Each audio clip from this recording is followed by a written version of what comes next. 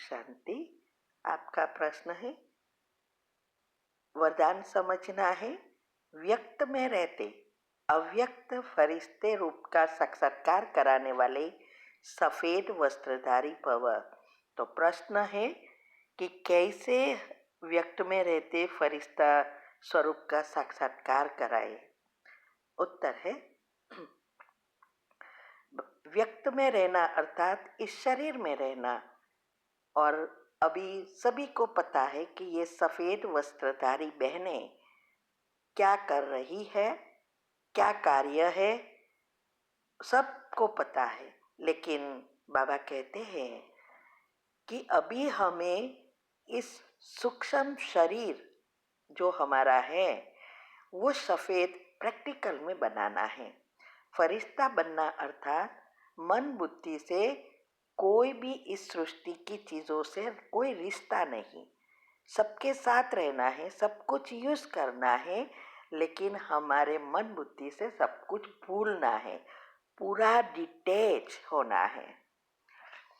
तो ये तब होगा जब हमारा पुरुषार्थ, ये पुरुषार्थ एकदम ऊंची कक्षा का है, तीव्र से तीव्र पुरुषार्थ है।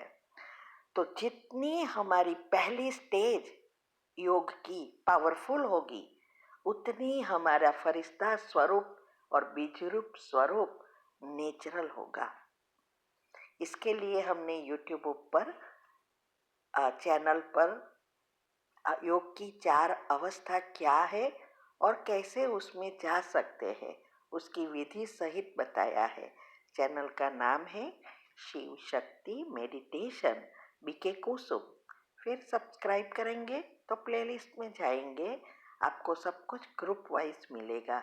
अगर योग सीखना है तो योग के टॉपिक में जाओ, कर्म की गुह्य गति जानना है तो उसमें जाओ। ऐसे सब ग्रुप वाइज है। और साथ साथ स्पेशल टॉपिक जो है उसमें गुह्य राज है और कैसे अवस्थाएं बनानी वो भी बताया है।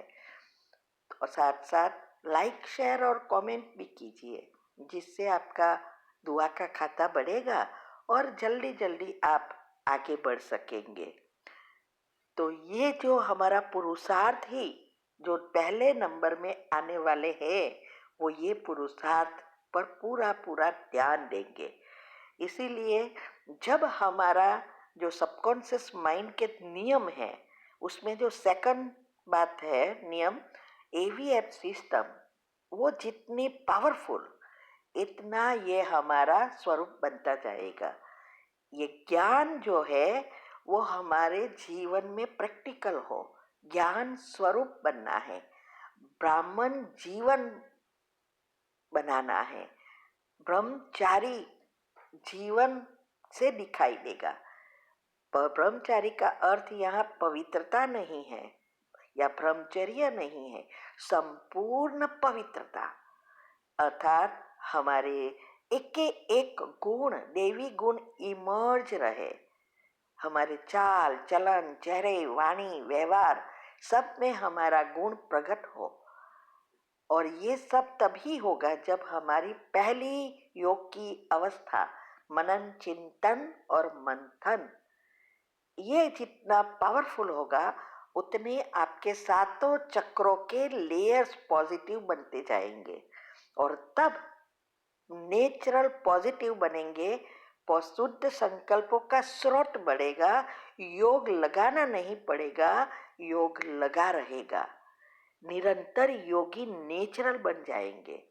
तो जितना विजुअलाइजिंग पावर ज्यादा, उतनी ये अवस्था बनती है। तो उसमें दिनचर्या मनचर्या भी पहली फिक्स होनी चाहिए, मैंने सेट करनी है, तब हमारी सारी सिस्टम रिसेट हो जाएगी। ठीक है। ओम शांति। ओम शांति। आपका प्रश्न है, मुरली में आया कि आत्मा परमात्मा भी एक आत्मा है, उनमें भी गुण है, तुम्हारे गुण अलग अलग हो जाते हैं। इस समय जो गुण तुम्हारे में है वही बाप के है। फिर सतयुग में तुम्हारे देवी गुण हो जाएंगे, यह समझना है। दूसरा, इस समय में जो हमारे गुण हैं और सतयुग में जो होंगे वो अलग होंगे। अब से उत्तर है, देखो, आत्मा और परमात्मा दोनों में मुख्य ये 7 गुण और शक्तियां है। लेकिन हम आत्माएं जन्म मरण के चक्कर में आते हैं तो हमारे गुण और शक्तियां कम होती जाती है, और परमात्मा जन्म मरण के चक्कर में नहीं आते, जिसको सदाशिव कहते हैं, वो निराकार है। तो उसके सारे गुण ऐसे ही रहते हैं, इसीलिए उसे सागर कहा जाता है। और वो ही एक करंट की तरह आत्मा को चार्ज करता रहता है। इससे आत्मा ये 5000 साल का चक्र लगाती है। जब ये आत्मा में कनेक्शन टूटता जाता है और आत्मा की बैटरी कम चार्ज होती है, एंड में आ जाते, तब परमात्मा फिर से ये गुण कैसे हमें ग्रहण करना है, मैनुअल चार्जर सिखाते हैं। यही मेडिटेशन है, उसके साथ कनेक्ट करना है, अर्थिंग देना है, तब हमारे में वे गुण वापिस आ जाएंगे। तो इसीलिए ये गुण जो हमारे मुख्य गुण हैं, ज्ञान, आनंद, शांति, प्रेम, सुख, पवित्रता और शक्तियाँ, वो सब चक्र के साथ जुड़े हैं। वो चक्र के सारे लेयर्स इस गुणों से, इस वाइब्रेशन से, एनर्जी से भर जाएंगे, और उस अनुसार वो गुण नेचुरल प्रकट होंगे सतयुग में, क्योंकि वहाँ जो अंदर हमें पड़ा है वही बाहर आने वाला है। तो आत्मा जब पहली बार परमधाम से आती है तो उसके गुण इमर्ज होते हैं, भले वो कभी भी आए, कलयुग के अंत में आए या सतयुग में पहले जन्म में आए, लेकिन गुण इमर्ज होते हैं, और उस गुण के अनुसार उसका भाग्य बनता है, और भाग्य के साथ प्रकृति कैसी है उस अनुसार वो भाग्य टिकता है। तो इसीलिए अभी जो हम पुरुषार्थ कर रहे हैं वो गुण को फिर से नेचुरल पॉजिटिव बनाने का पुरुषार्थ कर रहे हैं, और वही हमारा इमर्ज होंगे। तो हमारा जो अभी गुण है वो, भले हम इस अपवित्र शरीर में ऐसी नरक में है, फिर भी हमारा पुरुषार्थ ऐसा होगा जो यहाँ ही वो दिखाई देगा।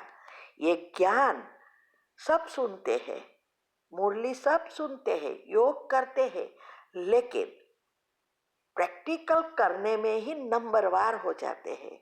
इसीलिए कई बार बाबा कहते हैं कि मैं सबको एक समान ज्ञान देता हूँ, सारी शक्तियाँ देता हूँ, लेकिन समय पर ये इमर्ज होना और प्रैक्टिकल यूज करना, इसमें नंबरवार हो जाते हैं। तो ये जो गुण है वो गुण हमारा यहाँ नेचुरल दिखाई देगा। हमारी चाल चलन, चेहरे, वाणी, व्यवहार, सब में ये प्रकट होगा। भले कोई सामने वाली कैसी भी है, ना हमें उसकी फीलिंग आएगी, ना हमें कोई असर होगी, लेकिन हमारे जो पवित्र ओरा है, हमारे वाइब्रेशंस है, उसकी असर उस आत्माओं पर होगी। लेकिन जब हम ऐसा पुरुषार्थ करेंगे तब होगा। ठीक है, तो हमें अभी ये पुरुषार्थ करना है, ये गुण वापिस लाने के लिए ही परमात्मा से कनेक्ट करना होता है। इसीलिए साइंस ने भी अभी बहुत कुछ ढूंढा है, वो भी कहते हैं जहाँ हमारे मन और बुद्धि टिकती है, एकाग्र होती है और उसके साथ जो संकल्प करते हैं उस अनुसार एनर्जी वहाँ से आती है और हम सोचते हैं ये जा रही है तो वो जाना शुरू करती है। तो ये आत्माओं के साथ आत्मा का भी होता है और इसे ही टेलीपैथी कहते हैं। लॉ ऑफ अट्रैक्शन यही है। लेकिन अभी हमारे अंदर गुण भरना है तो ऐसे ही परमात्मा के ऊपर हमें हमारे मन बुद्धि को जितना एकाग्र करेंगे उतने उनकी गुण और शक्तियां हमारे में आएगी। ये प्रूव किया है साइंस ने भी। इसीलिए हम अभी यही पुरुषार्थ कर रहे हैं कि कैसे हमारे 7 गुण और उनसे जुड़े हुए दूसरे भी कितने सारे गुण हैं, कितनी सारी शक्तियां हैं, सब वापस आ जाएगी और सतयुग में इमर्ज होगी। ठीक है। ओम शांति।